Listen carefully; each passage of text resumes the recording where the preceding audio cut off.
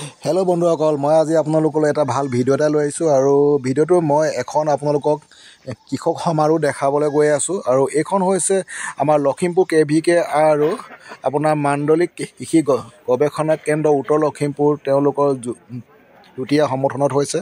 আৰু ইয়াত আমাৰ মাননীয় কৃষিমন্ত্ৰী অতুল বৰা ছাৰ আহিছে আৰু আমাৰ এগ্ৰিকালচাৰ ইউনিভাৰ্চিটি আমাৰ ভাইচ চেঞ্চেলৰ ছাৰ আহিছে। আৰু আপোনালোকে চাই যাব, ভিডিঅ'টি শেষলৈকে ভালেই পাব চাগে। আৰু ভিডিঅ'টো ভাল পালে লাইক কৰিব, শ্বেয়াৰ কৰিব আৰু চেনেলটো ছাবস্ক্ৰাইব কৰি ল'ব। থেংক ইউ গাইজ, নাও এনজয় দ্য ভিডিঅ'।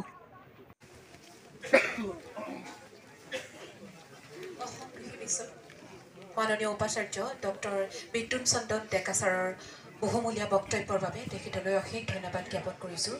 ইয়াৰ পিছতেই আজি আমাৰ এই কৃষক সমাৰোহ উদযাপনৰ সোণালী ক্ষণত মুখ্য অতিথিৰ আসন অলংকৃত কৰা অসমৰ মাননীয় কৃষি আৰু পশুপালন মন্ত্ৰী শ্ৰী অতুল বৰা ছাৰক তেখেতৰ বহুমূলীয়া বক্তব্য দাঙি ধৰিবৰ বাবে অনুৰোধ জনাইছোঁ।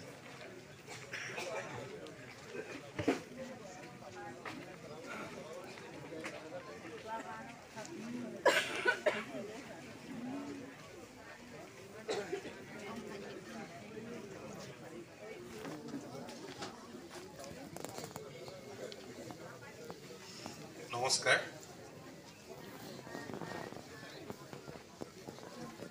আজি এই কৃষক মেলাত মঞ্চত আমাৰ গোটেই উপস্থিত আৰু এই যোজনাৰ অধীনত 2023-24 ৰাজ্যখনৰ 18,756জন কৃষকৰ ক্ষতিপূৰণৰ বাবদ 234.38 কোটি টকা ইতিমধ্যে আদায় দিয়া হৈছে।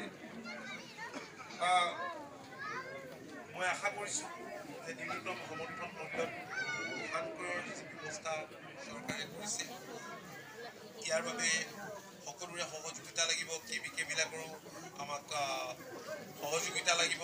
আৰু পূৰ্বতে যিমান সমৰ্থন মূল্যত নিৰ্ধাৰণ কৰা হৈছিল, এতিয়া বৃদ্ধি কৰা হৈছে। আপোনালোকে জানে এতিয়াতো 2,183 টকা দৰত কৃষকৰ পৰা ক্ৰয় কৰিব। FCI কৰিব, নামবেলেগ কৰিব, FCS ঠিক তেনেদৰে মাছ, মাংস,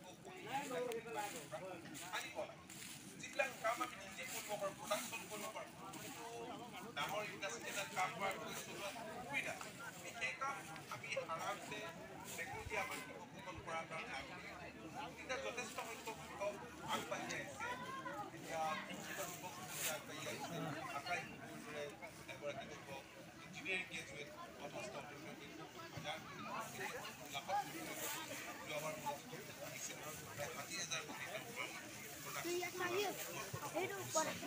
ইয়াৰ উপৰিও আপোনালোকে জানে যে দেশৰ ভিতৰতে, পৃথিৱীৰ ভিতৰতে গাখীৰ উৎপাদন বেছি গাখীৰ উৎপাদনৰ দেশ এবাৰ নেশ্যনেল মিল্ক ডে তৎসত্বেও আজি ভাৰত চৰকাৰে তেওঁলোক স্বাভাৱিকতে আমাৰ আতিথ্য এইবাৰ 26 লগা কথা এটাই যে আমি যিমান গাখীৰ উৎপাদন কৰিব লাগে সিমান গাখীৰ আমি উৎপাদন কৰিব নোৱাৰোঁ। আৰু এইকাৰণে